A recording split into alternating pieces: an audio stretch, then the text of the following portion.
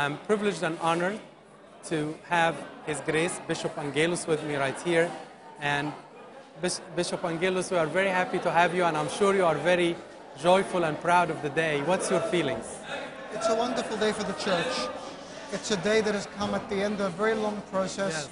a very transparent process, a process that has involved the whole church around the world, from the oldest and most experienced members of the church to the youngest child who picked the name today. Everyone's been part of it through the church-wide fasts and prayers, through the representational voting, through the visionary leadership of His Eminence Metropolitan Pachomius and the work of the Synod and the General Lay Council. We've seen the whole church come together. For many of us, for most of us, we haven't seen this process. And so to see it come together so wonderfully, I think is a very, very good step for the church. And it's a way of continuing the legacy that His Holiness Pope Shenouda III has left. Your Grace, I'm sure in UK as much as in America, the youth are always claiming that we are very chaotic type of people. Do you think that today's organization and procedures that went very smooth could and would change their minds? Well, we do our best in the UK not to be chaotic, so I think we've broken that mold already. Great. We just had a big service at Westminster Abbey last week. No, seeing this service, it made me very proud. Yes. And it was a very wonderfully run service where, because there was no chaos, people were actually praying. Yes. The moment when the name was being picked, I saw people really praying. I was surrounded by bishops and metropolitans and priests. The number of people actually went into tears. I know, all of us.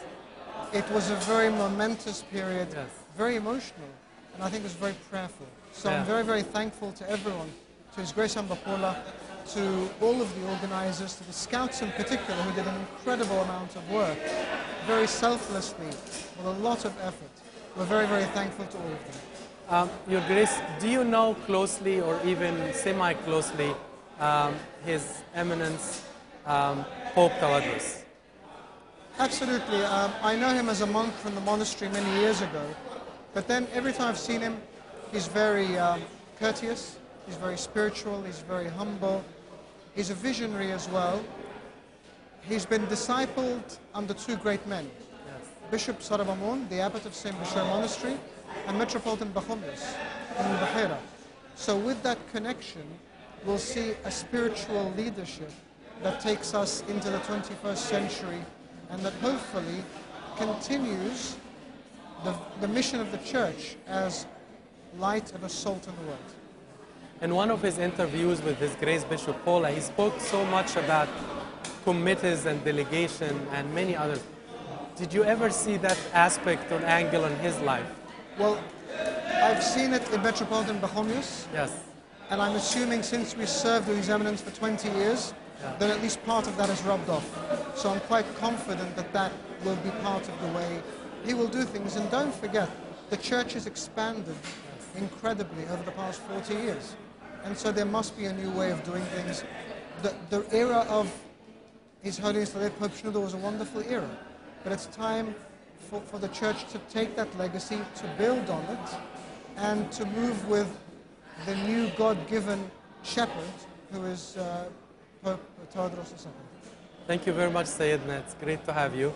We are here in CYC in the Cathedral of St. Mark in Abbasiyya, Cairo, Egypt. We were honored to have His Grace Bishop Angealos from UK, and we'll take a little break and we'll be right back.